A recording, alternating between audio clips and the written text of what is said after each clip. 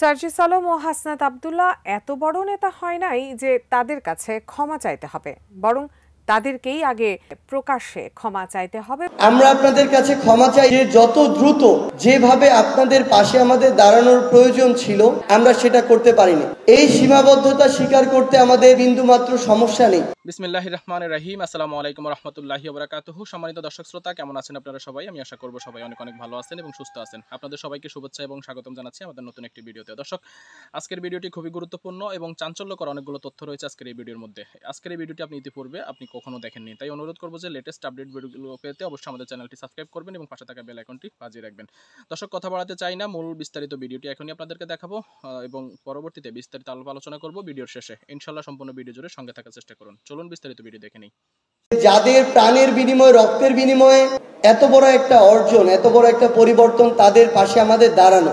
আমরা আপনাদের কাছে ক্ষমা চাই এই কারণেই যে যত দ্রুত যেভাবে আপনাদের পাশে আমাদের দাঁড়ানোর প্রয়োজন ছিল আমরা সেটা করতে পারিনি। এই সীমাবদ্ধতা স্বীকার করতে আমাদের বিন্দুমাত্র সমস্যা নেই, কিন্তু আমরা আপনাদেরকে শুধু একটি জিনিস বলতে চাই, আপনাদের জন্য একটি ফাউন্ডেশন হয়েছে, জুলাই শহীদ স্মৃতি ফাউন্ডেশন।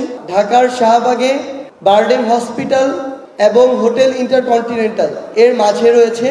সেটা আপনাদের অফিস, আপনাদের ফাউন্ডেশন।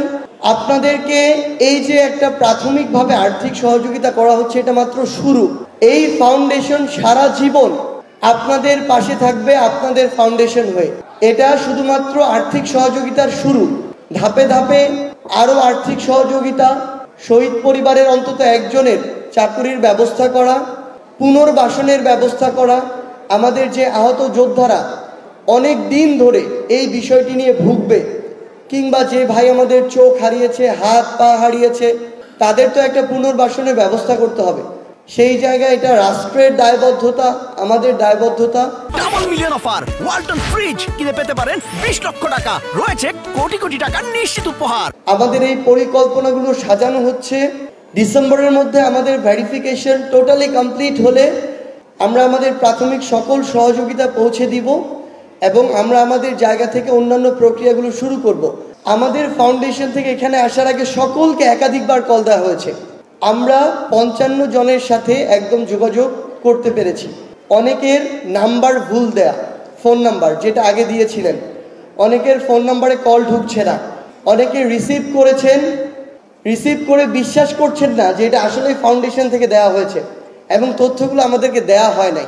18 জুলাই, 19 জুলাই, 20 জুলাই তাদের কিন্তু অনেকেরই ডেথ সার্টিফিকেট নাই। তাদেরকে বরং দাফন করাই কষ্ট হয়েছে। ওই টাইমে খুনি হাসিনা তার দোসর এবং প্রশাসনকে ব্যবহার করে বরং ওই মানুষগুলোকে দাফন দেওয়ার জন্য বিভিন্নভাবে ওই কাজেও বাধাগ্রস্ত করেছেন। এটাই সত্যি কথা। হসপিটালে গিয়ে আমাদের আহত যোদ্ধারা চিকিৎসা পায়নি, হসপিটালের ভিতরে গিয়ে ছাত্রলীগ যুবলীগ হামলা করেছে। এটাই সত্যি কথা। আমাদের চোখের সামনে ঢাকা মেডিকেলের ইমার্জেন্সিতে গুলি চালানো হয়েছে।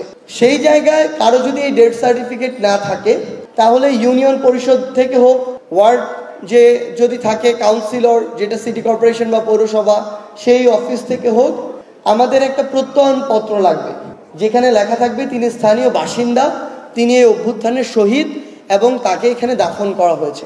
এই প্রত্যয়ন পত্রটুকু অথবা ডেথ সার্টিফিকেট, এই একটা কাগজ। দ্বিতীয়ত, যিনি শহীদ হয়েছেন তার এনআইডি কার্ড অথবা জন্ম নিবন্ধন কার্ডের ফটোকপি।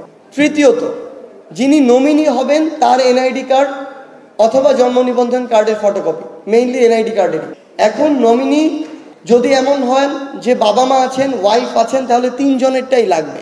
এবং যদি তারা একত্রে থাকেন তাহলে আমরা একটা চেকের মাধ্যমে ফান্ড দিব, যদি আলাদা থাকেন আলাদা চেকের মাধ্যমে ফান্ড দিব। প্রিয় দর্শক, ইতিমধ্যে আপনি সম্পূর্ণ বিস্তারিত ভিডিওটি নিশ্চয়ই দেখে নিয়েছেন। কেমন লেগেছে কমেন্টস করে জানাবেন। ভালো লাগলে অবশ্যই ভিডিওতে একটি লাইক দিবেন, শেয়ার করে অন্যকে দেখার সুযোগ করে দিবেন এবং চ্যানেলে নতুন হলে চ্যানেলটি সাবস্ক্রাইব করার জন্য বিনীতভাবে অনুরোধ জানাচ্ছি। তো ইনশাআল্লাহ পরবর্তীতে আগামী ভিডিও আবারও চাঞ্চল্যকর ভিডিও নিয়ে আসার চেষ্টা করব। সবাই ভালো থাকবেন, সুস্থ থাকবেন। পরবর্তী ভিডিও দেখার আমন্ত্রণ জানিয়ে এখানে বিদায় নিচ্ছি। আসসালামু আলাইকুম রহমতুল্লাহি ওয়া বারাকাতুহু।